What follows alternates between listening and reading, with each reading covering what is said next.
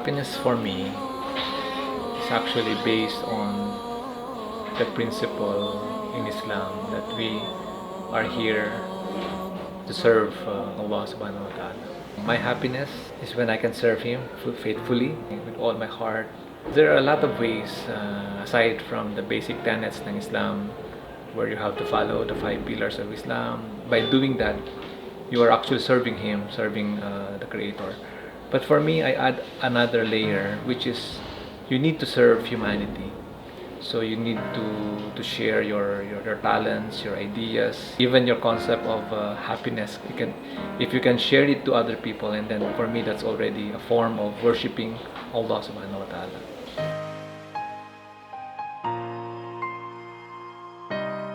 Well, first let's start with the Tawheed, the Shahada, the essence of believing in one God, and that everything, pain, anger, misery, oppression, all the negative things here on earth are just an illusion, and eventually you will overcome them. That concept alone for me it gives me happiness, because kahit may typhoon, but then you have that faith in you, and it gives you some sense of security, and that security can give you happiness. The second level of happiness, prayer. Our soul, our body is like a room that you need to constantly clean it up, or reminding yourself of your duty as a Muslim, that everything that you do here on earth is a form of worship, and you have to give it to Allah subhanahu wa ta'ala. The third one, which is giving charity. Giving a certain percentage of your wealth, of your income, to the poor is also something that money cannot buy. I think if all people on earth will do that, and then I don't think there would be some people who will be suffering of poverty. Fasting it's something that can make you very happy, especially during iftar, during when you break your fast. When you break your fast, even a drink of a cup of water, or even a sip of water, that feeling is amazing. It makes you forget all other things, all pain, all bad memories. And lastly, the Hajj. For me, that's a very meaningful spiritual journey, because the time that I was able to see the Masjid al-Haram, the Kaaba, it made me cry. I really cried a lot, because imagine I'm here, like for example here in Mindanao, here in Davao, or in Cotabato, praying, and the Kaaba is thousands of miles away from me, and I pray in that direction. And when I was there, and I could already touch the Kaaba, and that feeling of belonging to something, belonging to a bigger meaning in life, that's a happiness that I think some people cannot appreciate if they don't see the value of it.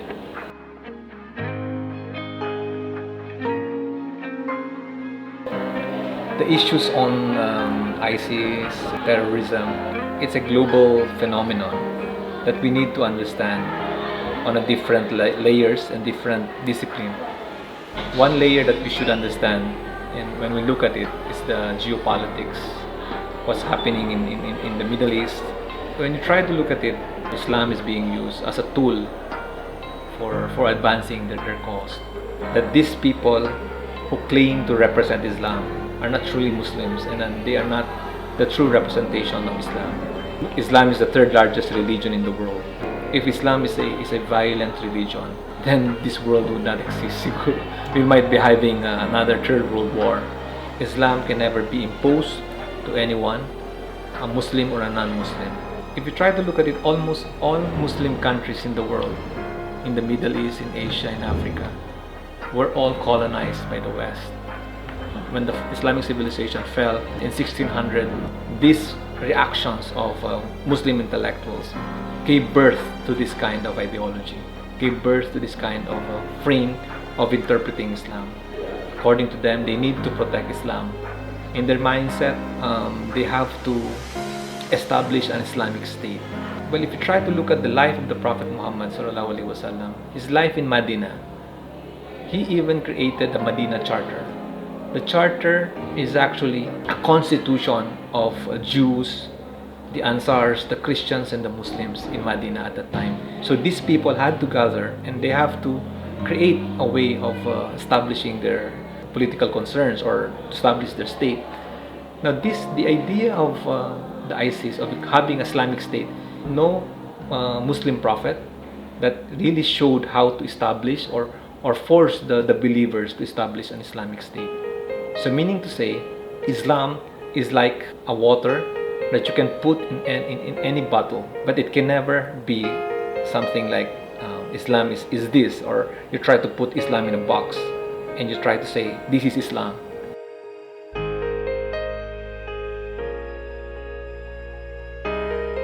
For me, when you look at Islam, you need different fields of knowledge. You need science, you need history, you need political science, you need psychology.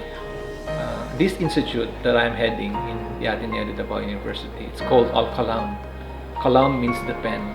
We need to use our knowledge, our language, to propagate Islam peacefully. We need to do that to encourage people to understand what Islam really is.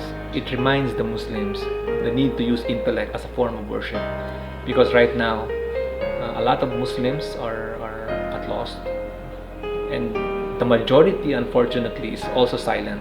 In the Philippine context, we lack Muslim intellectuals, religious leaders that can really come up on stage or come up on public, on social media, and say ISIS is wrong, these things are bad.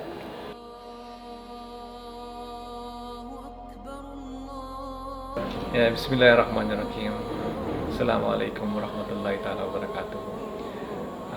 I think it's about time that Muslims, especially Filipino Muslims or the Bangsamoro people, to really work out and speak up against radical extremism that leads to violence, that leads to persecution, because these things are against the basic tenets of Islam, which is peaceful coexistence with other people. So these things that ISIS are doing, the Al-Qaeda, all these terror groups, using Islam as a medium of advancing their political interests, it's very against the basic teachings of Prophet Muhammad sallallahu alaihi wasallam. We do understand where they're coming from. We do understand the geopolitics in the Middle East, but we cannot accept the fact that they're saying that what they're doing is Islamic. Because if you try to look at it, the Prophet Muhammad sallallahu alaihi wasallam is the basic example of a true Muslim, and he's the most loving and is the most caring person in the world.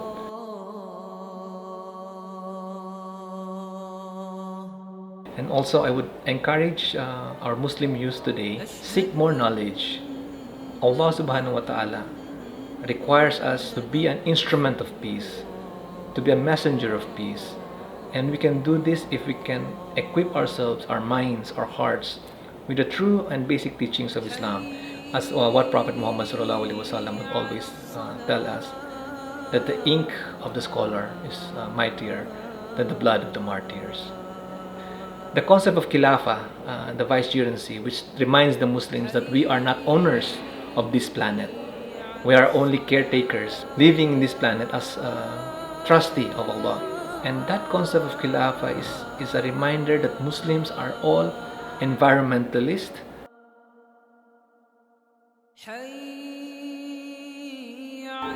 So Islam, peace, and happiness are three things that connects one from the other. If we can teach our kids how to perform the basic 5 pillars, how to religiously follow it, but not to be tied to it, but not to focus on the form, but on the essence of it, on the spiritual aspect of it, and that's happiness.